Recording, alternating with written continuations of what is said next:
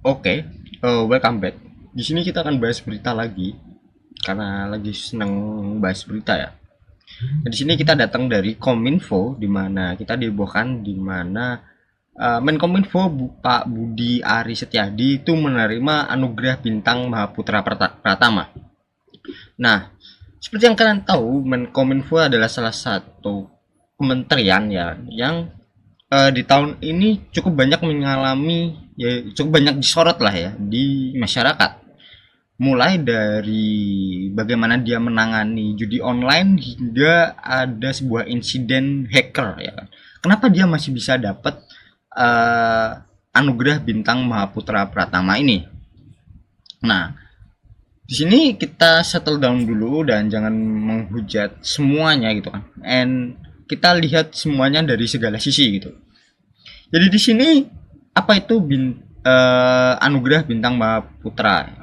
Di sini kalau kita lihat dari Wikipedia, itu adalah tanda kehormatan tertinggi kedua yang diberikan oleh pemerintah Republik Indonesia setingkat di bawah bintang Republik Indonesia. Anugerah kehormatan ini didirikan secara resmi pada tahun 1959. Ya, jadi tanda kehormatan tertinggi lah ya. Bentuknya seperti ini dan ada beberapa kelas ya kan. Nah, untuk Menkominfo sendiri Pak tadi yang ketua tadi itu dapat yang pertama atau kelas 4. Di mana kelas 4 itu kalau kalian lihat di sini pada suara.com itu mereka yang dinilai menjaga keutuhan, kelangsungan dan kejayaan negara kesatuan Republik Indonesia. Pertanyaan yang mungkin muncul di benak kalian adalah apa yang mereka lakukan sampai uh, yang menjaga keutuhan, kelangsungan dan kejayaan negara Republik Indonesia ini? That's the right question kan. Apa yang mereka lakukan dan oh ya, dan sebelum itu ya kan sebelum itu gitu. Yang menerima penghargaan itu bukan cuman Kemenkominfo ya, tapi itu banyak yang dapat. Nah, salah satunya tadi juga Menkominfo tadi yang dapat yang bintang pertama tadi. Itu banyak ya yang dapat ya. Jadi bukan Menkominfo aja, tapi banyak orang tuh dapat ya banyak lah kayak gitu. Itu dapat dikanungkan oleh Presiden Jokowi. Nah, kita kembali lagi apa yang dilakukan Menkominfo gitu kok bisa dapat bintang Mahaputra Pratama padahal seperti yang kita tahu ya selama sampai Agustus ini banyaklah insiden gitu kan itu yang melibatkan Menkominfo sampai ya ibaratnya dibanding-bandingkan hingga kadang didesak mundur juga gitu kan. What this division do gitu. Di sini saya sudah merangkum ya cuma 3 yang saya dapatkan dan kalau ada yang salah saya mohon maaf bisa kalian tambahkan di kolom komentar atau ada yang salah atau ada yang kurang ya pokoknya bisa kalian sampaikan di kolom komentar ya. Jadi yang pertama adalah memberantas judi online. Oke, memberantas judi online memang nggak selesai di sini ya kan sampai saat ini pun masih banyak yang judi online. Tapi apa yang dilakukan gitu? Ya jelas. Yang pertama adalah dia ngeblokir berbagai platform ya kan, mulai dari gamenya hingga websitenya. Lalu nggak cuman itu, Menkominfo ini masih effort di mana dia nge-SMS semua warga Indonesia ya kan. Ya pakai SMS lah ya. Kalian pasti ingat kita dapat satu atau dua SMS kalau judi online itu very very bad and please don't do that gitu kan.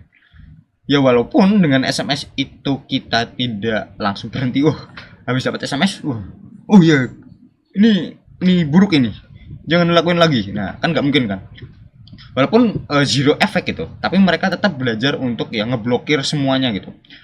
Walaupun kemarin sempat WordPress juga sempat diblokir juga. Nah, ya walaupun ada berbagai kayak gitu ya, ada kesalahan dan udah diperbaiki gitu kan. Itu yang untuk memberantas judi online ya walaupun dia masih effort lah. Lalu yang kedua, dia atas kepemimpinannya itu menjaga ruang digital Indonesia tetap damai selama pesta demokrasi pemilihan umum serentak tahun 2024. Nomor dua, saya yakin nggak semua orang denger ya kan. Tapi dari mana saya dapat ini gitu kan? To be fair gitu kan. Di sini Kominfo penghargaan, kalau kalian search keywordnya, dia nanti akan keluar kayak semacam ini. Kalau saya giniin, ya agak lemot ya. Itu nanti aja sambil kita loading. Itu saya dapat dari internet, dari suara.com juga. Ya dari berita lah, gak cuman suara.com. Saya ingat saya. Ya malah koneksinya juga menyambungkan. Nomor yang ketiga, sudah jelas pusat data nasional sementara itu kena hack, kena ransomware, dan berhasil membuat hackernya sendiri itu minta maaf loh. Bayangin, kena hack, dia kan pusat data nasional kena hack, dan hackernya yang ngehack itu minta maaf loh. Bayangin, buat yang Kominfo lakukan tuh gimana gitu kan? Apa yang dia lakukan tuh sampai sehacker aja yang bisa ngehack pusat data nasional aja tuh minta maaf loh. What he do gitu. Nah, ya udahlah gini aja lah ya, nggak ketemu kan, saya kopas aja nih.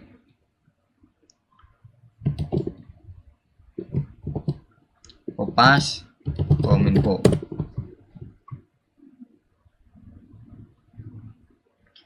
Nah nih, ya memang menurut kalian kurang relevan ya kan, karena ditulis oleh Kominfo itu sendiri ya, tapi at least dari CNN ini ya, dari CNN Indonesia Award 2024 dia dapat medali ya kan, dapat penghargaan lah ya, jadi saya nggak spreading misinformation lah.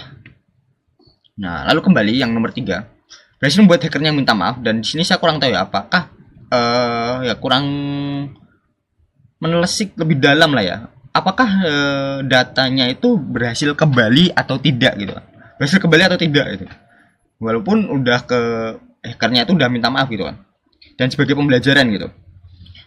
Lalu ada lagi berita yang kayak 4G 5G, lalu ada Elon Musk yang melimit biar nanti yang lokal masih bisa bersaing dan segala macamnya, walaupun di mata kita itu kurang efektif dan ya ibaratnya kurang bagus lah ya. But let's see. Di sini mengatakan bahwasanya menjaga keutuhan, kelangsungan dan kejayaan Republik Indonesia. Kelangsungan, yes, judi online tadi kan. Gimana kalau semua orang berkaitan dengan judi online gitu? Jelas Indonesia jelas nggak ada kan, Indonesia emas 2045 jelas nggak ada kan kalau semua orang main judi online kan, perputaran duitnya pasti malah ke luar negeri ya kan, inflasi dan segala macamnya malah membuat Indonesia nggak emas lagi di 2045 ya. Nomor 2 nggak tahu ya, kayaknya kalau saya bandingin yang tadi sih ya kejayaan ya, malahan ya kejayaan ya, karena nanti dapat presidennya mimpin, nah terus nanti jaya Indonesia, kemungkinan sih kayak gitu ya. Lalu yang ketiga adalah yang paling kita soroti untuk tahun ini, dimana dia kan ibaratnya ini pusat data nasional ya. Kalau kita searching isi data pusat data nasional apa aja itu, let's see. Nah ya ibaratnya kayak gini lah ya. Nih kita cek di suara.com.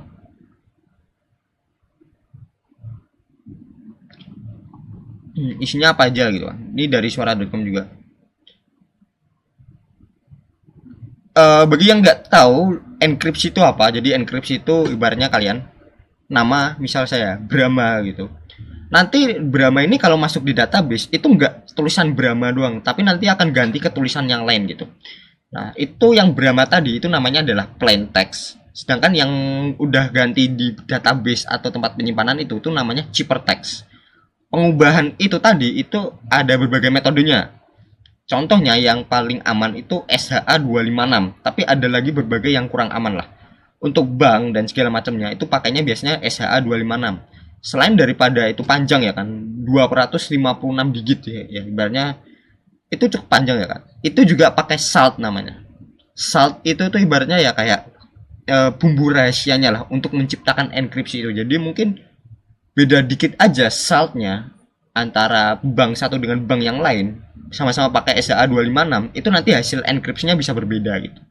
Nah, enkripsi ini berguna ketika kalian nanti database-nya keambil gitu kan tadi, itu nggak bisa dibaca sama sekali karena ya tadi udah diubah lagi ke teks yang lain gitu, dan nggak semua ibaratnya data itu dienkripsi gitu. Karena untuk ada beberapa model enkripsi yang sekali one way doang, jadi nggak bisa didekripsi lagi, dikembaliin ke nama Brahma lagi, itu tadi nggak bisa.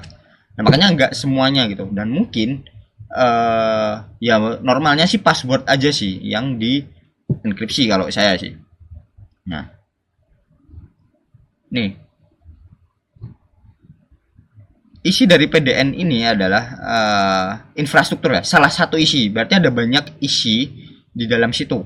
Ada server, storage, jaringan, perangkat lunak, tenaga listrik, bla bla bla, data instansi pemerintah, data publik, data kependudukan, geospas dulu, terus nih data kesehatan, data keuangan, ya kan.